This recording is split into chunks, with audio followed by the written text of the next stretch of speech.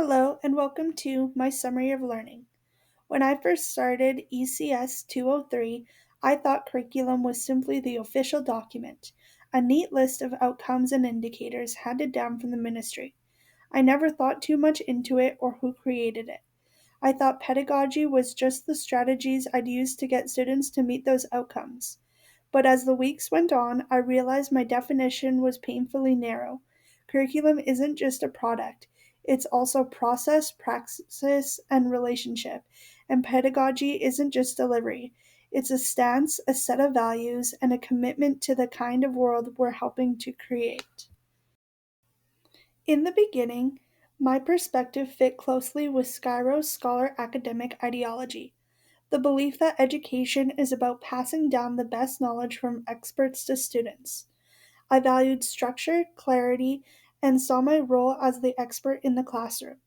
But as we explored Skyro's other ideologies and Smith's curriculum models, I realized there were other ways to see my role, especially the praxis model, which treats curriculum as an ongoing process of reflection and action. After taking careful time to reflect on my own educational experiences and learned about Schwab's ideas of the four common places of curriculum subject matter, learners, teachers, and Milu, my views expanded even more. I started to understand that no curriculum can be effective without considering all four, and that the official document often prioritizes subject matter at the expenses of learners and context. Poirier's description of Inuit mathematics was a turning point for me. I had always thought of math as universal and culture free. Learning about base 20 counting, seasonal calendars, and land based problem solving made me see that even math can be culturally embedded. This challenged my assumptions that curriculum content is neutral and showed me how much cultural importance and knowledge is left out when we only teach from a Eurocentric perspective. If I imagine myself as a teacher with the mandated curriculum on my desk, I now see my role as both interpreter and adapter. Banks' work on multicultural education helps guide that approach. I want to move beyond the contributions and additive approaches towards the decision making and social action approach, where I prompt my students to pursue action against discrimination and racism, overall making a difference in their school and community. Smith's praxis model aligns with this because it keeps the focus on critical reflection and collective action, rather than treating the curriculum as a fixed product.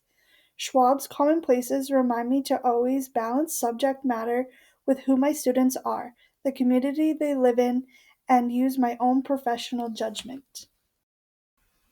Scaro's ideologies help me stay aware of my own tendencies.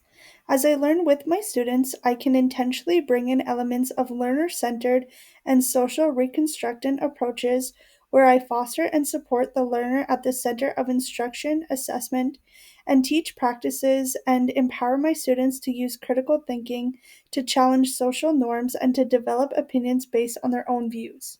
Kamashiro's anti oppressive framework pushes me to ask who benefits from this curriculum, who is harmed or left out, and what hidden lessons or common sense is being reinforced. One of my biggest moments of discomfort came from Kamashiro's reminder that learning is not always about feeling comfortable. In fact, real learning often means disrupting what we think we know. I saw this in myself when we studied Poirier's work. My first instinct was to translate Inuit mathematics into Western forms as if it needed to be justified. That reaction showed me how deeply ingrained my own biases were. Another challenging moment came from when thinking about Banks' transformative approach to real curriculum examples.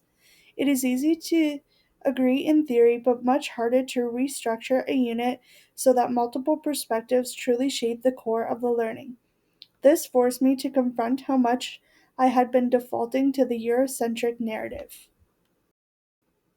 Moving forward in my teaching career, I want to keep Schwab's commonplaces in mind so that I don't lose sight of my students' realities. I want to use Smith's praxis model to make learning both reflective and active, and embrace Kamashiro's idea that discomfort can be a sign of growth.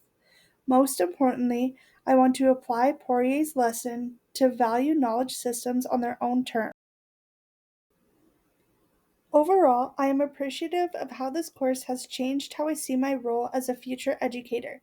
Curriculum is no longer just a set of outcomes. It's a living space where values, identities, and perspectives meet.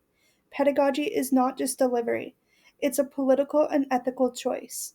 By drawing on insights of Banks, Smith, Skyro, Kamashiro, Schwab, and Poirier, I hope to create a classroom that is ethical, inclusive, and willing to embrace the productive discomfort that real learning requires.